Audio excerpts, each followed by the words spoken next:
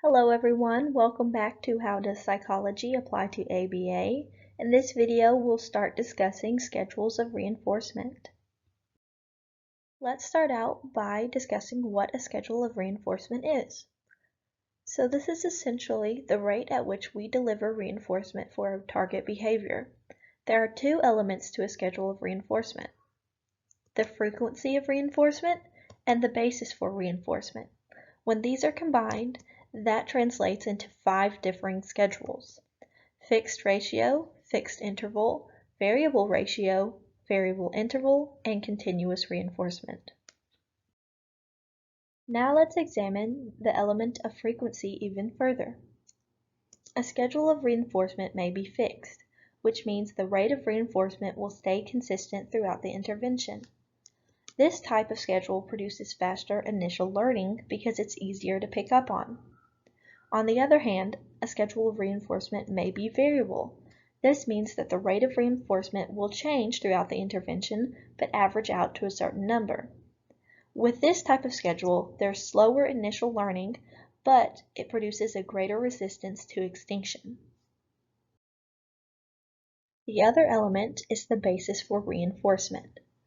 A schedule of reinforcement can be ratio, meaning that we reinforce based on the instances of behavior that have occurred.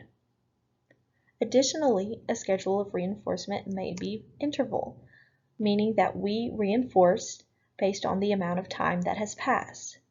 This type of schedule teaches organisms to wait because reinforcement is delivered after a certain amount of time has passed. Now let's examine the first schedule of reinforcement, fixed ratio. In this schedule of reinforcement, reinforcement is delivered after a set number of instances of the target behavior have occurred. For example, we may deliver reinforcement on an FR2 schedule, a fixed ratio 2.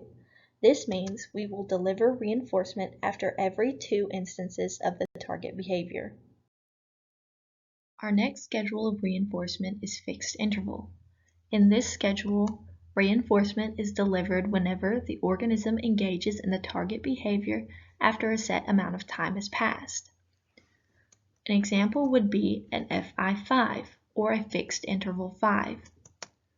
This means that after every 5 minutes, we will deliver reinforcement for engaging in the target behavior. However, during those 5 minutes, if the organism engages in the target behavior, they will not be reinforced. They only will be reinforced for engaging in the behavior after the interval has passed. Our next schedule is variable ratio. In this schedule, reinforcement is delivered after a varying number of instances of the target behavior that averages out to a set number. An example would be an FR4, a variable ratio 4.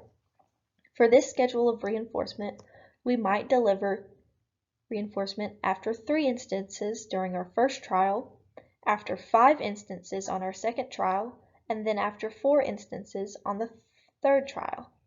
Across trials, the rate of reinforcement averages out to 4 instances of behavior, hence the VR4. Our next schedule of reinforcement is variable interval. In this schedule, reinforcement is delivered for engaging in the target behavior after a varying amount of time has passed that averages out to a set number. An example of this would be a VI6, a variable interval 6.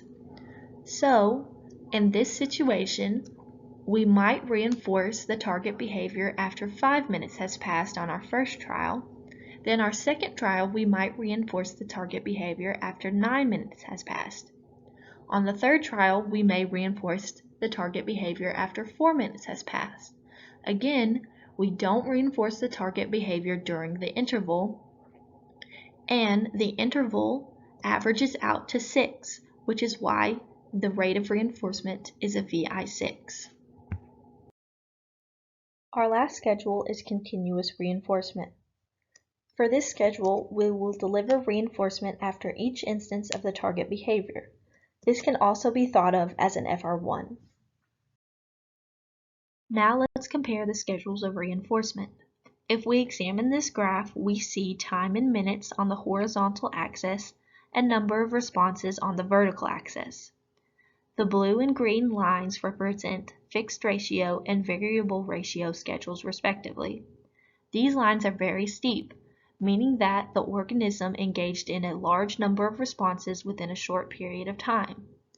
This is not surprising, as ratio schedules are based on instances of behavior, so the organism is going to want to engage in a large number of responses in order to get more of that reinforcer. However, if we look at the interval schedule lines, they are not as steep.